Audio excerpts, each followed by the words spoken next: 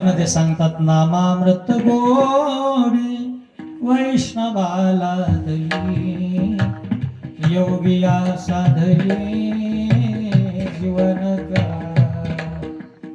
योग्यांना जी त्या ठिकाणी समाधी रूपी धन प्राप्त होतं तेच आम्हाला नामामृतामध्ये प्राप्त होतं. म्हणून वैष्णवासाठी श्रेष्ठ काय असेल तर नाम आहे. नाथबाबांना विचारा वैष्णवाच्या बाबतीत तुमचं मत काय. नाथरायांनी तेच सांगितलं, वैष्णवांचे गुहे काढिले निवडोणे एकाच्या नारदने हरी बोल, एकाच्या नारदने हरी बोल, एकाच्या नारदने हरी बोल. वैष्णवांचे गुहे काढिले निवडोणे एकाच्या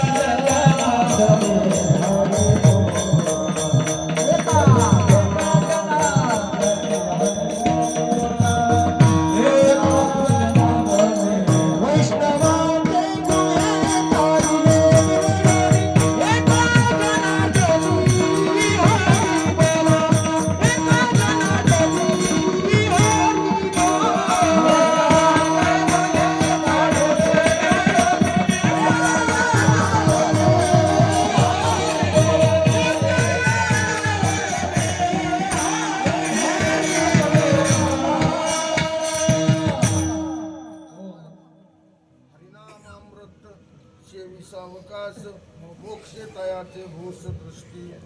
हो.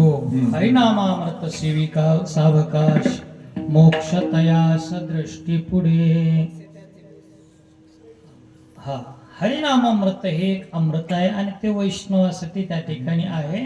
मग एकंदरीत साधू संतांच्या विचाराचा परामर्श घेतल्याच्या नंतर आपल्या लक्षात येतं की वैष्णवासाठी दुसरी तिसरी कोणतीही गोष्ट सांगितली नाही. एकच गोष्ट आहे ती म्हणजे नाम. आणि जो नामधारक आहे तोच वैष्णव आहे. पण हे नाम घेण्यामध्ये नाम तर बरेच जण घेतात. ठकही घेतोय, ठाकूरही घेतोय, चोरही घेतोय, आहे का नाही. सगळेजण नाम घेतात. पण नाम घेण्याच्या पाठीमागे जर प्रेम नसेल, माया नसेल तर वैष्णव होऊ शकत नाही. या अभंगाच्या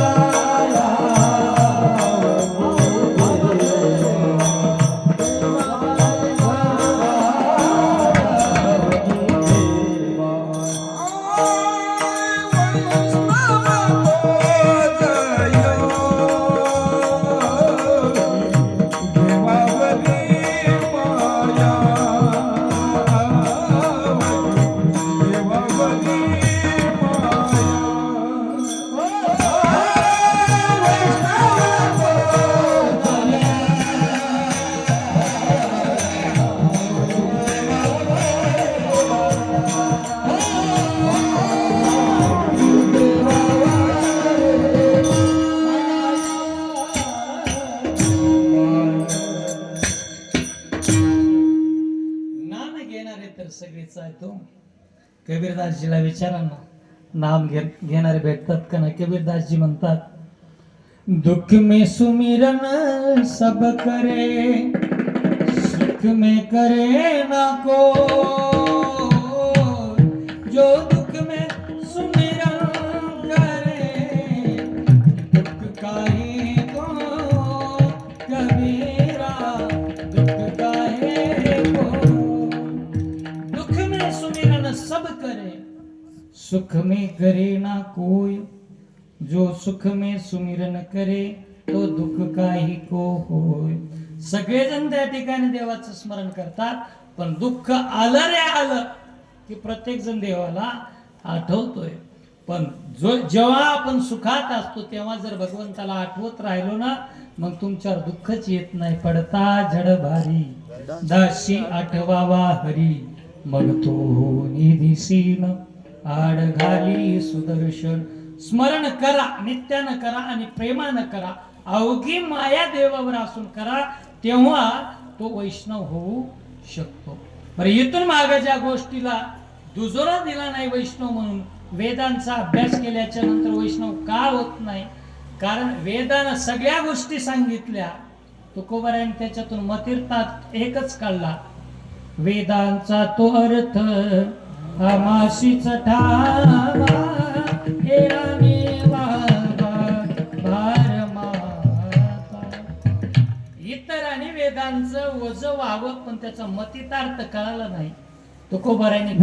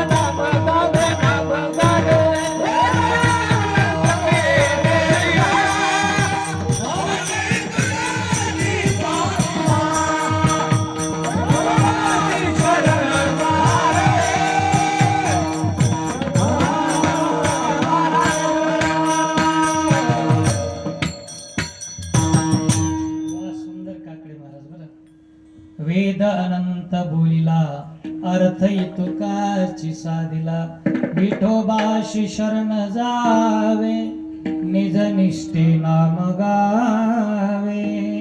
वेदांचा अर्थ आहे चारी वेद जयासाठी, चारी वेद जयासाठी त्याचे नाम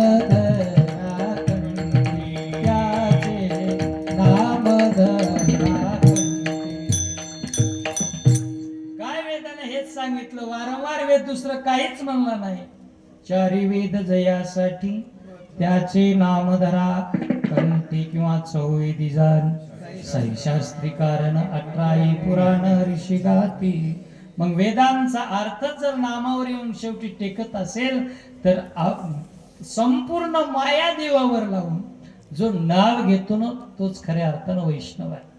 नाहीतर इथं प्रपंचावर माया असणारे भरपूर सापडतात, पण प्रपंच सोडून देवावरच ज्याची माया आहे त्याच्यासारखा दुसरा वैष्णव नाही. ऐका रामायणामध्ये चला, लक्ष्मणजी भगवंताचे प्रिय असणारे सावत्र भाऊ, इथं सख्य भाऊ पक्के वैरी आपण नेहमी ऐकत असतो, पण सावत्र असणारे सहोदर नाहीत एका उदरातून जन्मलेले, एक एका आईचा दुसरा दुसऱ्या आईचा, असं असताना सुद्धा माझ्या प्रभू रामचंद्रावर किती प्रेम आहे, किती माया आहे. ऐका, सांडुनिया राजभोग कांता, सांडुनिया माता पिता, वनी सेव गेला रघुनाथा, त्या लक्ष्मणा परता धन्य नाही. नवपरिणिता उर्मिला आपल्या घरामध्ये असताना तिचा विचार केला नाही. आई वडील, आईनं आईचाही त्याग केलेला आहे, वडिलांचा त्याग केलेला आहे. राजभोग कांता सगळं सांडलं, वनाच्या ठिकाणी भगवान परमात्म्याला सेवण्यासाठी, सेवा करण्यासाठी गेले. ही देवावर असणारी माया आहे. जो त्यागी वित्त विषयाशी, जो त्यागी निज कांतेशी, तोची पर्यंता श्रीरामाशी, जीवी अहर्निशी आवडता. इतकी भगवंतावर माया असायला पाहिजे. आणि एवढी ज्या वेळेला माया असते ना त्यावेळेला भगवान परमात्म्यासाठी आपण वैष्णव होऊ शकतो महाराज. ते असायला पाहिजे. चला, अवघी माया करणारे एक उदाहरण आमच्या जनाबाईने सांगितलं, ते म्हणजे चोखोबारायाचं, गोरोबा काकाचं. गोरोबा काकाचं उदाहरण सांगत असताना सांगतात, गोरोबा काकाचा मुलगा चिखलामध्ये तुडवला गेला, पण भजन त्या ठिकाणी थांबलं नाही. नवलाची गोष्ट ऐक सखी बाई, कुंभारान बाळ तुडविले पायी. नवलाची गोष्ट हसत खेळत बोबडे बोलत तुडविले बाळ, त्याशी शुद्धी नाही. नवलाची गोष्ट काय नवला असेल. इथं पोरग ट्रिपला जात असताना माय बाप घरचं कुटुंब सोडायला येतं आणि त्या बाळाला सांगत असतं, बाळा पाठी मागून जर बसला तर पाठी मागून जर धडक दिली वाहनानं, जीवाला धोका आहे. आणि पुढून जर गाडी ठोकली तर पुढून सुद्धा धोका आहे. पुढेही बसू नको, पाठीमागेही बसू नको, मध्यभागी बस. हे सांगण्यासाठी सगळं कुटुंब येत असतं. पण असं जरी असलं तरी आपलं लेकरू पायाखाली तुडवलं गेलो, पण देवाचं नाव त्या ठिकाणी खंड पडू दिलं नाही. अवघे देवा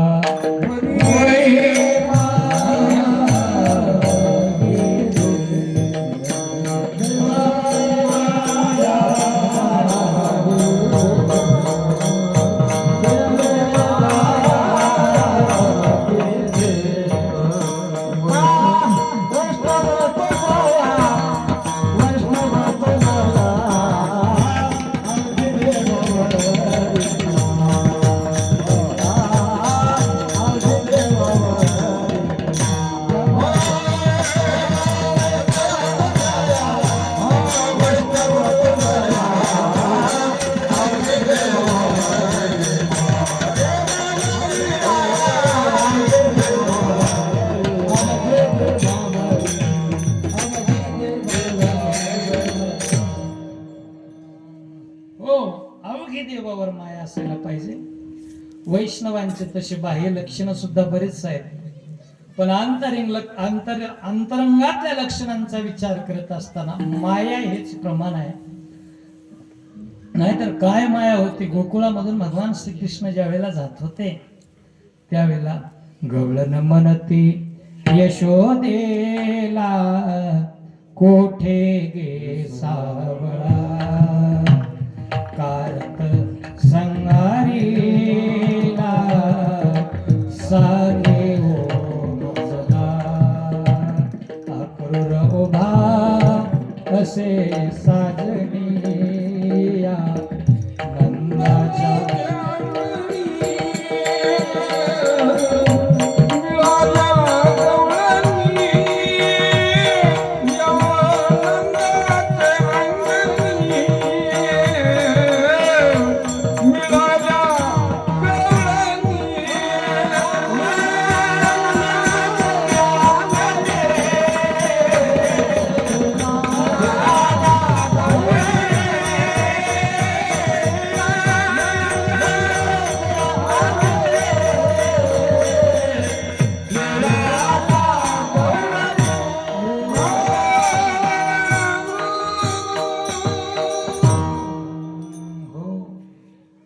अक्रूर आलाय, रथ श्रंगारलेला आहे.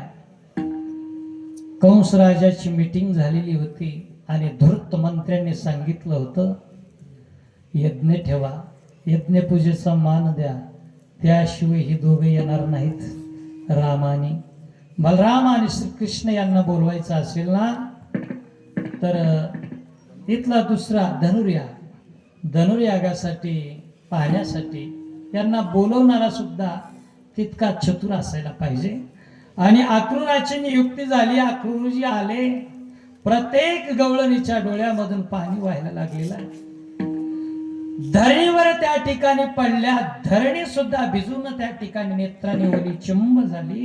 एवढी माया, एवढं प्रेम माझ्या भगवंतावर होतं. आणि तेवढं प्रेम असेल तरच वैष्णव होऊ शकतात. मग त्या स्त्रिया असो का पुरुष असो. इथं लिंग भेद नाही, इथं जाती भेद नाही, इथं वर्ण भेद नाही. फक्त आणि फक्त भगवंताविषयी असणारं प्रेम जर असेल तर तो वैष्णव होऊ शकतो. मग शबरी असू द्या ना आमची. जब मेरे राम जी का आवन होगा, शबरी की कुटियों का पावन होगा. जब मेरे राम जी का आवन होगा, शबरी की कुटियों का पावन होगा. आएंगे रघुराई तो आसन पे बिठाऊंगी, मीठे मीठे घेवर हाथों से खिलाऊंगी. पूजा के थाल में चंदन हो, शबरी की कुटियों का पावन हो, शबरी की कुटियों का पावन. माझा परमात्मा येईल तो घनश्याम असणार राम. घनश्याम हा राम लावण्य रूपी, महावीर गंभीर पूर्ण प्रतापी. करी संकटी सेवकाचा सुडावा, प्रभाते मनी राम चिंतित जावा. तो परमात्मा कधी येईल आणि आल्याच्या नंतर मी काय काय करील सगळी तयारी केली होती. त्या शबरीच्या कुटीमध्ये परमात्मा आला, तिच्या प्रेमासाठी, तिच्या मायेसाठी. आणि तिच्या हाताने उष्टे बोर सुद्धा भगवंतांनी खाले आणि हे प्रेमासाठी भगवंतांनी केलं. म्हणून अवघी देवावरी माया, संपूर्ण माया देवावर ठेवतो तो वैष्णव होतो. याच्यापेक्षा दुसरं काही नाही. अभंगाच्या दुसऱ्या अनेक प्रमाण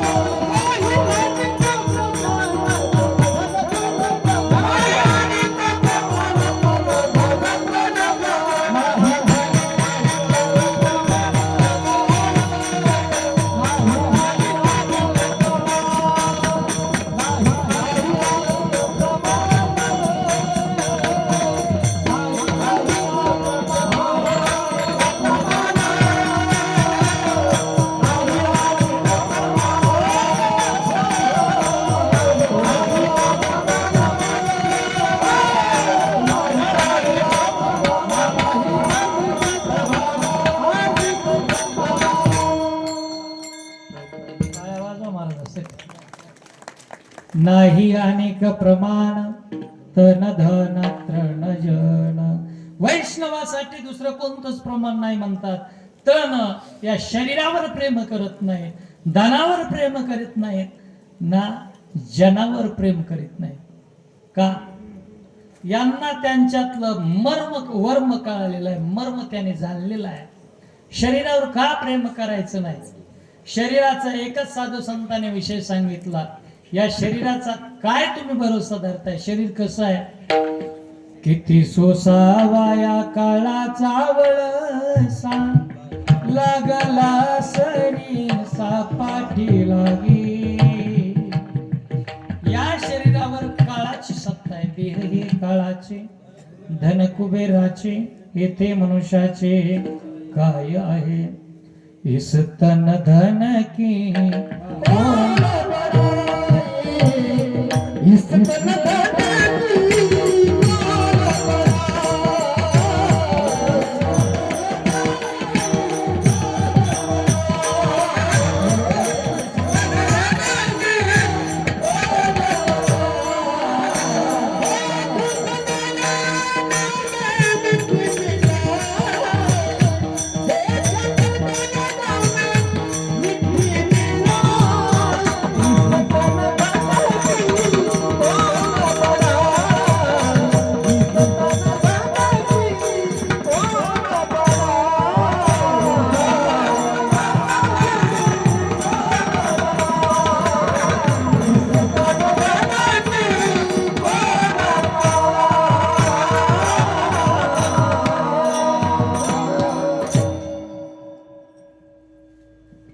इस तन धन के कौन बढ़ाए, हाड़ जले जैसी लकड़ी की मोली, घास जले जैसी, बाल जले जैसी घास की पुली. हाड जी आहेत शरीरामधले ते लाकडासारखे जळून खाक होते. या देहावर असणाऱ्या ज्या केसावर तुम्ही प्रेम करताय, केसावर किती खर्च आहे, पण एखाद्या गवताची पेंडी हुरळून झाली तशा प्रकारे केस सुद्धा जळून जातील. काय प्रेम करताय? साधू संतांनी याच्यावर प्रेम केलं नाही. त्यांना याच्यातलं वर्म कळालेलं होतं. या शरीरानं एकच करून घ्यावं, या शरीरानं भगवान परमात्मा प्राप्त करून घ्यावा, हेच साधन त्यांनी वापरलं शरीराचं. बस याच्या पलीकडे शरीरावर प्रेम केलं नाही. बाबांचाच प्रसंग पहा.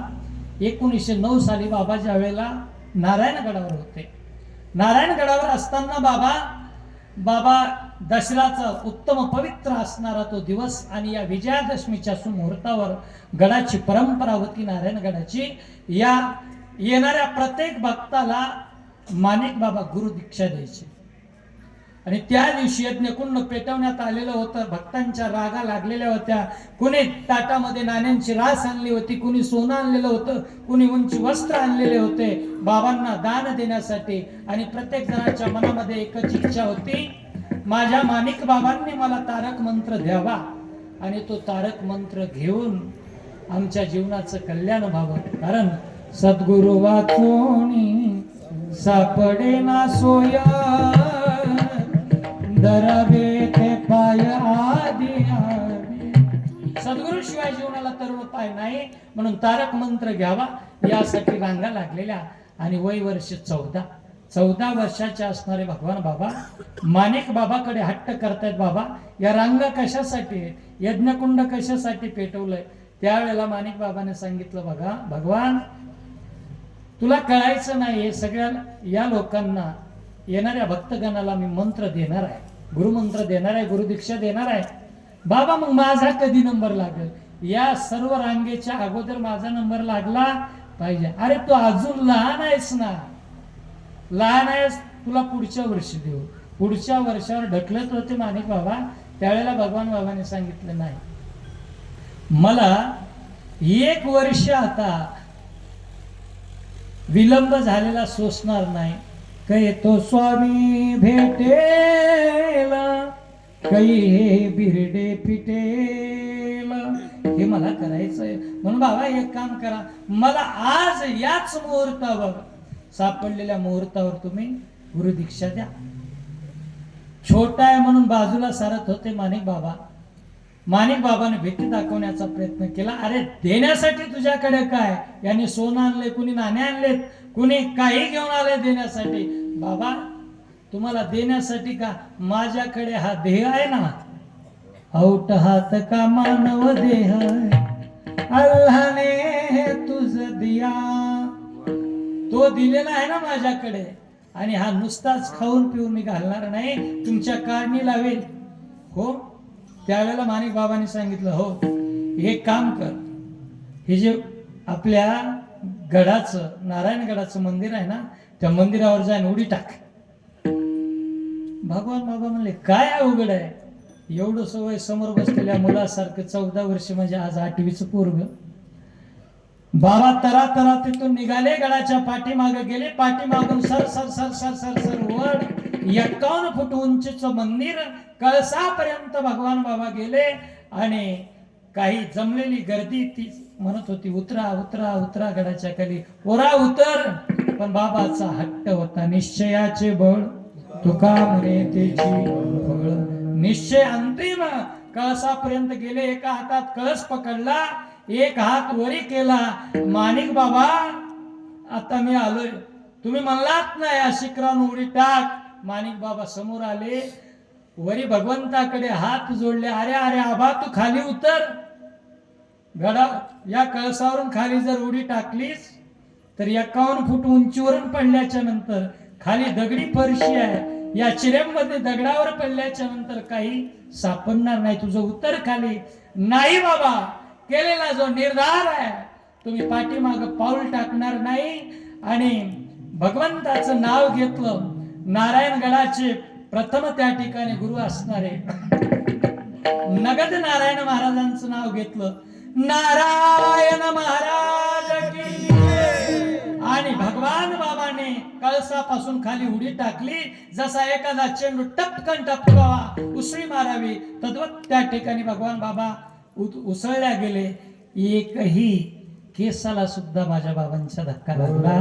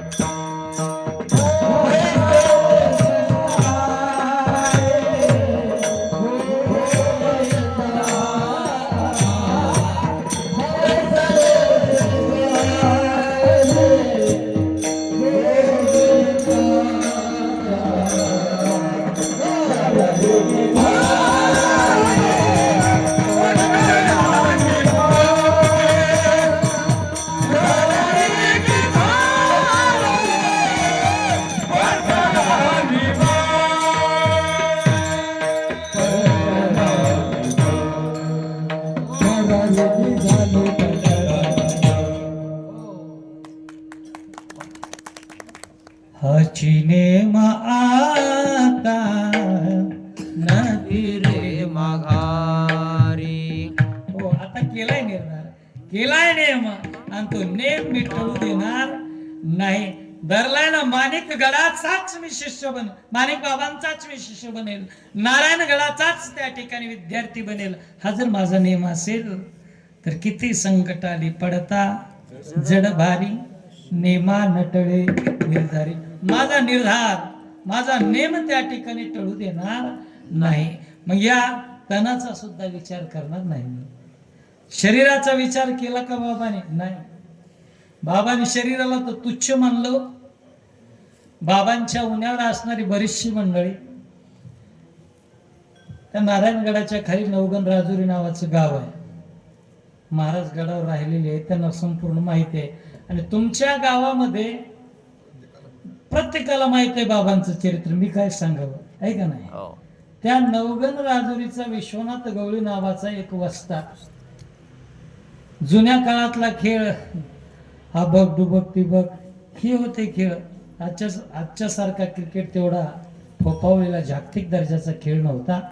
कुस्ती, लाल मातीतला मर्दानी रांगडा खेळ असणारा, आणि त्या विश्वनाथ गवळी नावाचा पैलवान मानाचा माणिक बाबानं त्याची गडावर मुलांना शिकवण्यासाठी नेमणूक केली होती.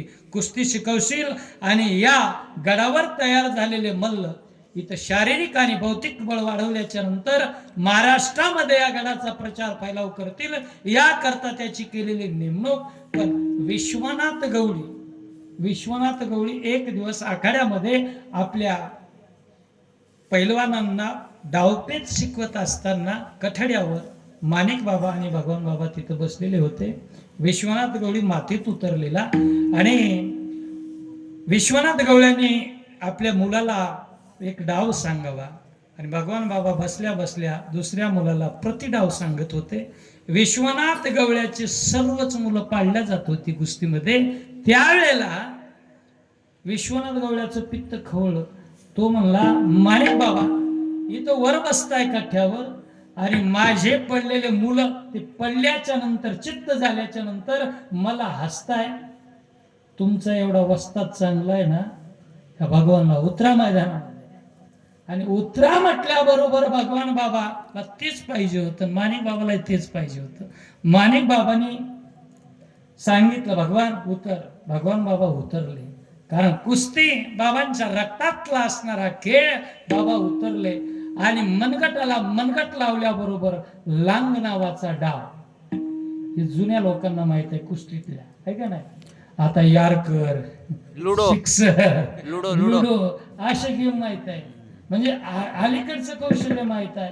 लांग नावाचा डाव मारला आणि विश्वनाथ गवळी चित्त झाला. आजपर्यंत ज्यानं कधीच चांदण्या मोजल्या नव्हत्या, ज्याच्या पाठीला मातीच लागलेली माहित नव्हती, असा नामांकित मल्ल भगवान बाबांनी ज्या वेळेला चित्त केला त्याच वेळी पोटामध्ये त्याच्या खल निर्माण झालं. आणि तेव्हापासून विचार करत होता, या भगवान बाबाला चित्त कसं करायचं. आणि साधू संताला चित्त करायचं असेल तर एकच काम आहे, स्त्री संघाचा डाग लागला पाहिजे. हा विचार मनाच्या ठिकाणी धारण केला. त्याच्या कटामध्ये काही सामील झालेली माणसं, वैशाख शुद्ध एकादशीचा दिवस आणि या दिवशी कटकारस्थान रचल्या गेलं.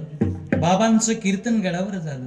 गडावर कीर्तन झाल्याच्या नंतर हरी जागर झाला 3 वाजेपर्यंत आणि 3 वाजता थोडासा डोळा सगळ्यांना लागला. 3 ते 4 या वेळामध्ये बाबा किती वाजता उशिरा झोपले, 4ला बरोबर उठायचं. उठले बाबा आणि गडवाडीच्या विहिरीकडे आंघोळी करण्यासाठी 4 वाजता बाबा निघून गेले. आणि गेल्याच्या नंतर यांनी रात्रभर, कारण चोराला झोप येत नसते, ठीक आहे नाही, सगळे चोरटे एकत्र आले आणि यांनी बाबा आंघोळीला निघून गेल्याच्या नंतर काय केलं तर त्याच गडावर असणारी एक स्त्री काळे आडनावाची, त्या बाईची चोळी त्या ठिकाणी आणली आणि बाबांच्या माघारी गादीच्या खाली ठेवून दिली. आणि बाबा आंघोळीला गेल्याच्या नंतर हे ठेवली यांनीच. आणि माणिक बाबा दुसऱ्या मजल्यावर झोपलेले असताना धावत धावत त्या ठिकाणी गेले. उठा, काय झोपताय, बघा अखंड ज्यांचं भगवान भगवान भगवान तुमच्या मुखामध्ये नाम आहे ना, त्या भगवानचा पराक्रम, त्याचे सोहळे बघा तुमचे. आणि माणिक बाबांना खाली हाताला धरून आणलं आणि भगवान बाबाच्या त्या अंतरुणाखालची चोळी काढून दाखवली. तरीही सद्गुरूंना विश्वास होता, प्राण जाईल पण माझा भगवान कदापिही त्या ठिकाणी वागणार नाही. हा विश्वास असतो आणि विश्वासाला पात्र असणारे भगवान बाबा. भगवान बाबा आंघोळ करून येतात. काय चाललंय, गोंधळ उडालेला आहे गडावर. कशाचा गोंधळ विचारणा झाल्याच्या नंतर कळलं, अरे आजपर्यंत या दुष्टांच्या मनामध्ये जे खल काळबेर शिजत होतं त्याचा डाव पक्का झालाय, शिजलाय आणि माझ्यावर आळ आलेली आहे. भगवान बाबा नारायणगड सोडला, लिंबाखंबा नावाचं गाव आहे, तिथं गेले. 2 दिवस मुक्कामाला थांबले. मुक्कामाला थांबल्याच्या नंतर त्याच ठिकाणी कारभारी खाडे नावाची एक व्यक्ती, बाबांच्या काळातले, त्यांच्याकडे सकाळी सकाळी नारायणगडावर परत या म्हणून माणिक बाबांना विनंती केली. येतो म्हणून सांगितलं, पण बाबांना सांगितलं एक महत्वाचं काम आहे, तेवढं उरकलं मी आलोच गडावर. त्या कारभारी खाडे यांच्याकडून सुपारी आणि अडकिता मागून घेतला आणि बाबा सकाळी आंघोळ करण्याचं निमित्त करून गडाच्या खाली असणाऱ्या पकळडोहामध्ये गेले. पोंडोळ नावाचं गाव, त्याच्या शेजारी बाबा तिथं गेले. आणि तिथं गेल्याच्या नंतर शिंदीचं चौकरून चौफेर असणार वन, सोबतच्या माणसाला सांगितलं, अरे बहिर दिशेला जातोय, तू बाजूला थांब. त्याला बाजूला थांबवलं आणि बाबा म्हणले, ज्या इंद्रियामुळं माझ्यावर जर लांछन लागत असेल तर ती ठेवायचंच कशाला. आणि बाबाने विचार केला आणि त्या अडकीत त्याने आपल्या शरीराचा भाग बाजूला काढून टाकला. मायबाप किती त्रास झाला असेल, वेदना झाल्या असेल, रक्तांच्या चिळकांड्या या देहामधून उडायला लागल्या आणि ज्या ज्या ठिकाणी हे पवित्र रक्ताचे थेंब पडले, तुळशी उगवल्या सांडे, तुळशी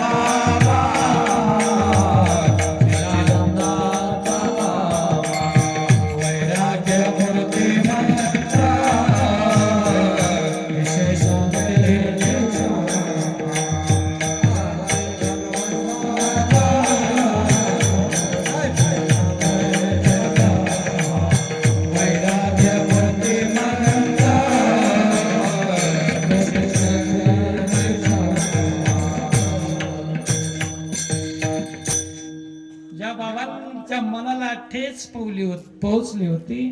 अरे भूतदया गायी पशूंचे पालन, तानेल्या जीवन वना माझी, हे ज्यांनी कार्य केलेलं आहे, प्रत्येक परस्त्रीकडे पाहत असताना त्या सर्व स्त्रिया रुक्माई सारख्या मला वाटत होत्या.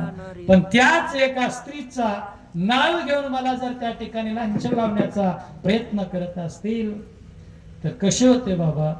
जन्मतेनी प्रसंगे स्त्री देह शिवने अंगे, तेथोनिया जन्म आगवे सोवळे किजे, पवित्र सोवळी तिची एक भूमंडळी. या भूमंडळीमध्ये बस तीच पवित्र आहे, ज्यांचा आवडता देव आहे आणि शरीराला कधी डाग लागला नाही. त्या बाबांनी आपल्या देहाचा विचार केला नाही ना तनाचा, म्हणून नाही अनेक प्रमाण तन धन धनाचाही विचार केला नाही. जिथं बाबा जात तिथं पायावर लक्ष्मी खेळत होती. लक्ष्मी पैशांचा ढीग बाबांच्या पायावर पडत होता. आपल्या समाजामध्ये हिंदू धर्मातल्या यामध्ये येतील यामध्ये काही नवल नाही. पण 1951 सालची गोष्ट आहे. बीडच्या पूर्वेला मुसलमानवाडी नावाचं एक गाव आहे. या मुसलमानी वाडी गावाच्या बाजूनं बाबाचे तांगे चाललेले होते आणि त्या दिवशी पवित्र असणारा रमजानचा दिवस आहे आणि ईदगाहच्या समोर संपूर्ण मुस्लिम बांधव रोजा पडतायत, नमाज पाडतायत. सगळ्यांची चेहरे मौलवीकडे होतील. मौलवीचा एकट्याचा चेहरा विरुद्ध दिशेला होता. कुणालाच बाबा दिसले नाहीत, पण त्या मौलानाला बाबांचे तांगे दिसले आणि त्यांनी एका अधिकाऱ्याला बोलावून सांगितलं, काय आज भाग्य आहे, भाग्याचा उदय ते हे जोडी संत पाय.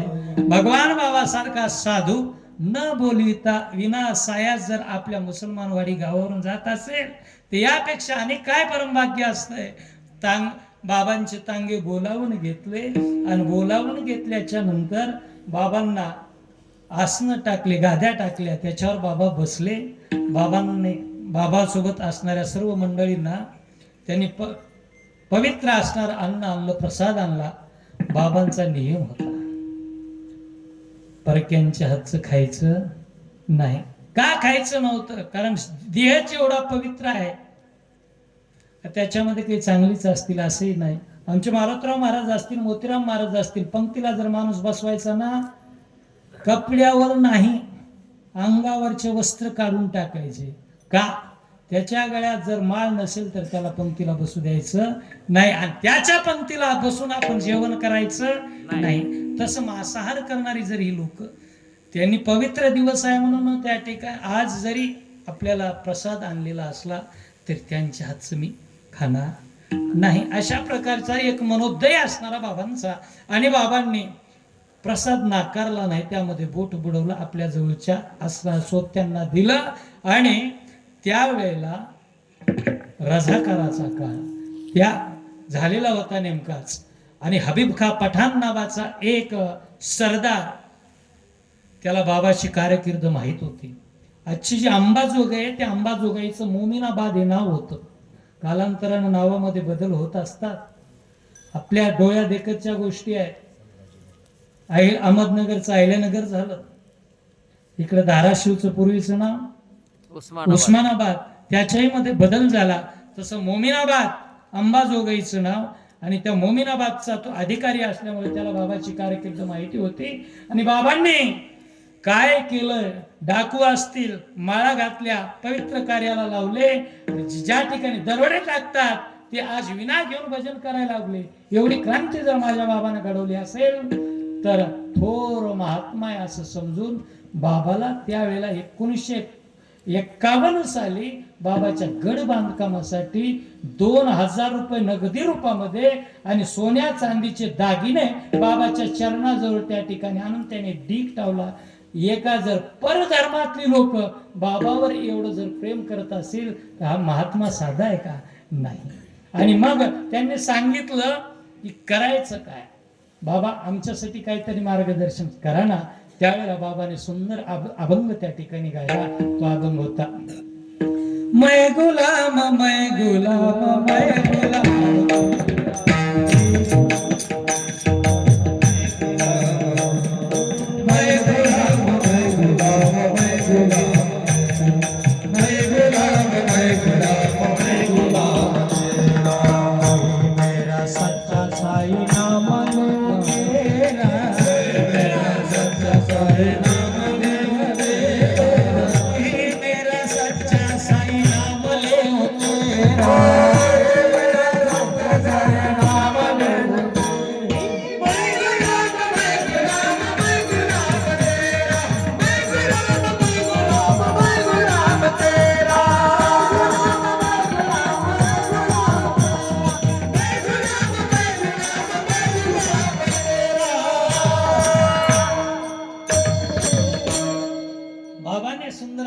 त्या ठिकाणी गायला. त्यांचं समाधान झालं. बाबांच्या चरणावर धनाचा त्या ठिकाणी ढिगारा टाकला.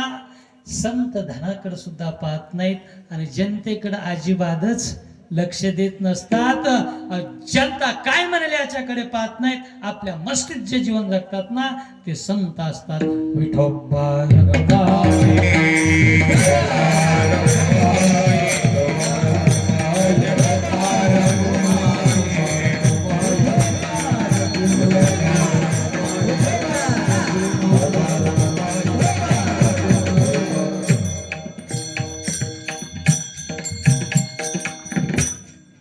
बाबांचं हे चरित्र एक एक पैलूवर काय प्रकाश टाकावा. अथांग असणारा हा समुद्र आहे. गुणांचा, धनाचा, ज्ञानाचा समुद्र आहे. याच्यातून किती मोती त्या ठिकाणी वेचावेत. एक एक असंख्य त्या ठिकाणी मोती असणारे. एवढंच म्हणावं लागेल. या लागी आता स्तुती सांडोनी निवंता, चरणी ठेवी जे माता हे चिवले. म्हणून बाबांच्या भाऊंच्या चरणावर, थोर महात्म्यांच्या चरणावर नतमस्तक व्हावं. याच्या पलीकडे काय वाणू आता, नपुरे ही वाणी मस्तक चरणी देवी तसे. असं पवित्र पाक असणार बाबांचं जीवन. आणि या बाबांच्या या पुण्यतिथी निमित्त तुम्ही एवढा उत्साह करत असतात. हाच नेम तुम्हाला सुद्धा पडता जड भारी, नेमा नटळे निर्धारे. पिढ्यान पिढ्या हा नेम तुम्ही चालवा. बस याच्या पलीकडे जीवनामध्ये आपल्याला कमावण्यासारखं काही नाही.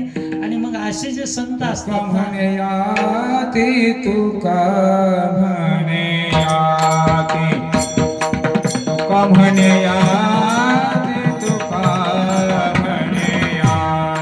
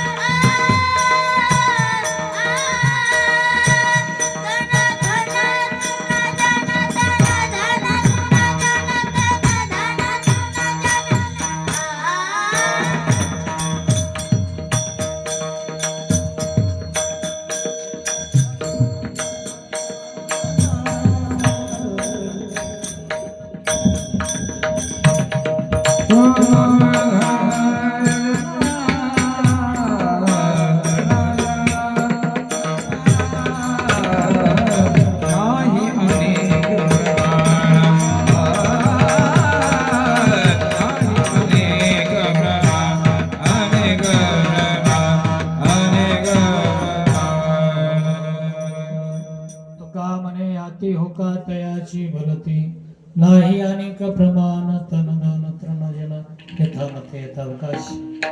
बाबा भाऊ ज्ञानोबा आहे तुकोबा आहे जशी बुद्धी देतील तशा अभंगावर बोलण्याचा प्रयत्न केला.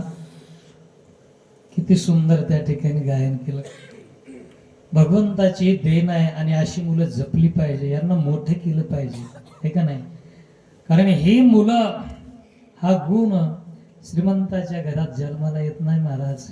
झोपड्यामधूनच अशी मुलं तयार होत असतात आणि या मुलांना उभारणी देण्याचं काम समाजाचं असतं आणि ही पुढं समाजाचा गौरव वाढवणारे असतात. या मुलासाठी जोरदार एकदा टाळ्या वाजवा.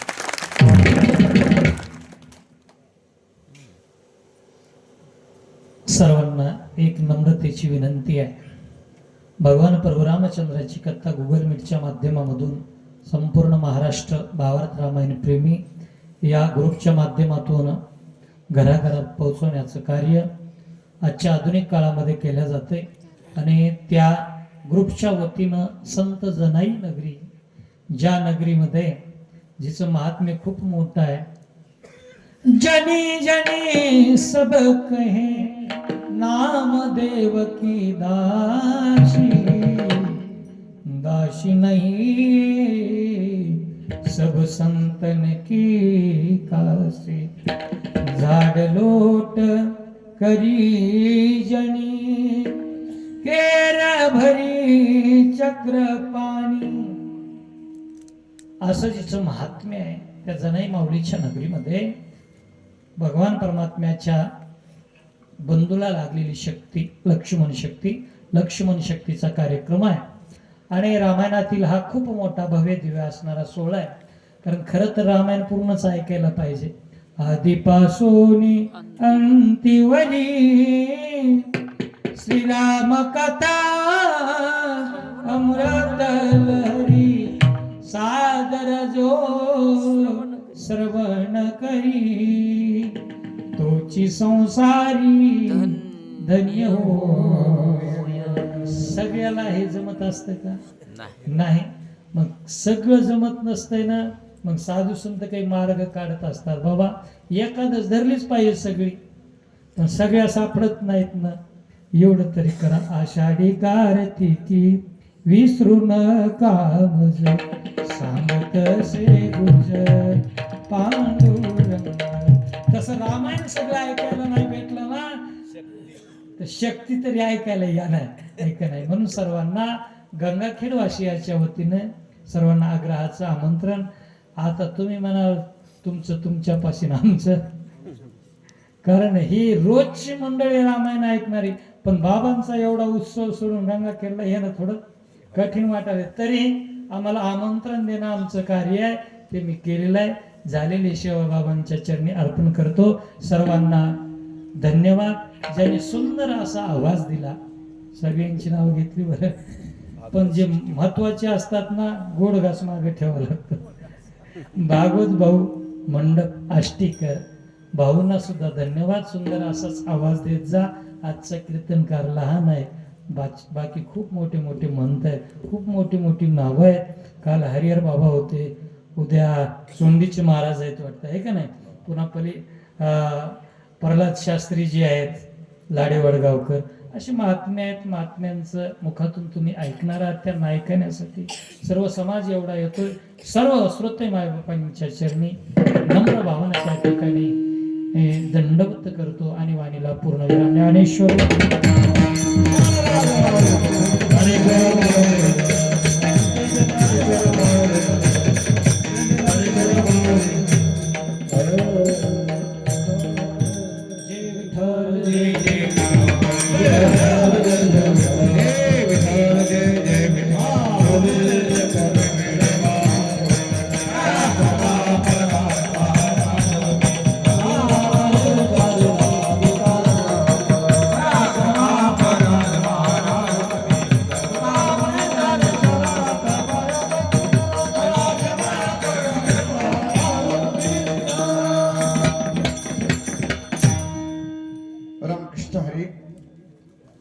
वैकुंठवासी भगवान बाबा यांच्या पुण्यतिथीनिमित्त वर्ष 13वे, तसे बाबाला जाऊन 61 वर्ष झालेले आहेत. वर्ष 13वे, त्यातील चौथ्या दिवसाचं सेवेचं पुष्प हरिभक्त परायण संभाजी महाराज सानप गंगाखेड जगद्गुरु तुकोबारायाच्या अभंगावरती महाराजांना आपल्याला ज्ञानामृत पाजलेलं आहे. म्हणून महाराजाच्या गावकऱ्याच्या वतीनं ऋणदेश त्यांच्या बरोबर आलेले बदामी सर महाराज यांचा असा कोकुळे आणि आवाज आहे. युट्यूबला हजारो यांचे कीर्तन आहे, ते कोणते म्हणतात ते समोर बसलेले. तसेच असणारे म्हणले मुरकुंडे सर आणि फड सर आणि हरिभक्त परायण गायन कोकिळा आमचे नागनाथ महाराज मुरकुंडे असे 14 जणांचे नाव. त्यांच्यापेक्षा संभाजी महाराज असणारे माझे जवळचे जवळक मित्र. आता तुम्ही म्हणता तुमची भेट केव्हा झाली? रोजच भेट आहे महाराज, 4 महिने झाले. आता गावातल्या लोकांवर ते काय ऐकत येत करणं, आता काय ऐकत आहे तुम्ही ऐकल्यावर कळून जावा त्याच्या वंश तेव्हा कळे. असे रत्न महाराज गुरुपोर असणारे हे संभाजी महाराज एवढे रामायणाचे अभ्यासक आहेत. तुम्हाला भारताची बरीचशी तोंड कळाली असेल. आणि म्हणले जसं जनाबाईचं वर्णन केलं, जनाबाईनं पांडुरंग परमात्माला पंढरीच्या रायाला हृदयामध्ये साठविलं आहे का नाही. हृदयी बंदी खाना केला ना आता इथं कोण दिला. तसे हे बदामेश्वर असतील, आमचे संभाजी महाराज असतील, मी सुद्धा मोबाईल मध्ये कैद केलेले त्यांचे फोटो. बालासाहेब महाराज, आमचे विश्वनाथ महाराज फोटे. प्रत्यक्ष आम्ही या माणसाला पंढरपुरी मध्ये भेटलो. जाईन गे माहे तया पंढरपुरा आणि भेटे ना माहेरा आपुल्या. कथा ऐकावी महाराज संभाजी महाराजाची रामकथा. आता मला माहितच नाही, मला शिक्षण नसल्यामुळे नाव चिता येत नाही जास्ती. हे संभाजी महाराज मला माहित नाही तर म्हणलं असतं महाराज तुमच्या पाया पडतो रामायणालाच या. सर गाव नसतं या मानपात आलं तर मला